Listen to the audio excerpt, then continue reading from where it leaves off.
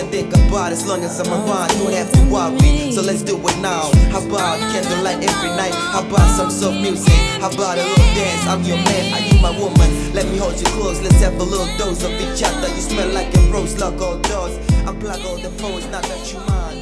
You have to have much trust in me. You have to have much trust. Good evening, Zakkkiyah. Good evening, judges, and good evening, everyone. Thank you so much for coming to support us. All right. Here's a question. Yes. What do Botswana diamonds mean to you? Thank you for the question. To me, Botswana diamonds illustrate a story of growth and refinement.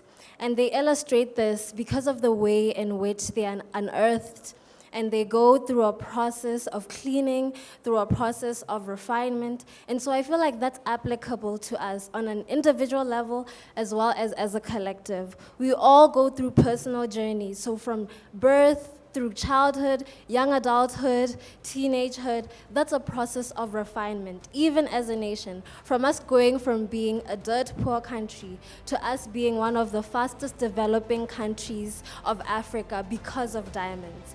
That is what diamonds mean to me. Thank you so much.